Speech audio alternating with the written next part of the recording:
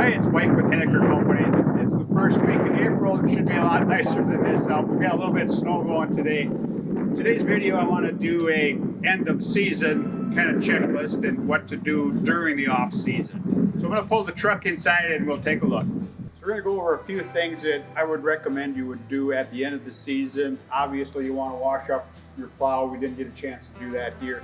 But when you're doing that, make sure you're not using a high pressure washer on the cylinder rod. We don't want to push any water past that seal and down into the cylinder.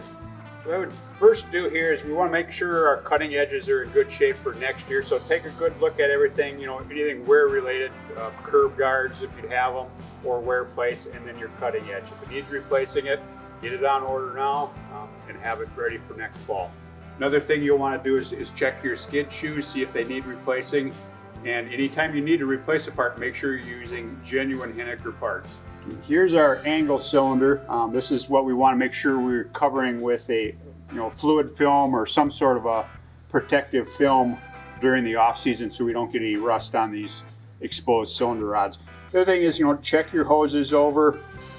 Look at all your hardware up here. Make sure you don't have any broken parts. Get that replaced now rather than when the snow is flying next fall. So just use your disconnect instructions. Get your plow, your lift cylinder pushed in, your stop plate rotated up, kickstand down first, and then back away from your plow. What I would do then is with your electrical wires here, get some dielectric grease on that over the summer, keep those from corroding. Power unit here, you do want to change your oil every year, especially if you're a commercial plower. Use a Hiniker cold flow oil in that. Your connections here, I highly recommend putting some dielectric grease on those too. If you're storing your plow outside, I recommend putting a tarp over it to protect it from the direct sunlight and the rain. Kind of a loose fitting tarp, you don't want it real tight. A little bit of breeze in here to keep the moisture off the plow. Once you have your plow removed, back your truck up here and look at your mount kit, make sure all of your hardware is still tight on that and nothing is worn or loose or cracked.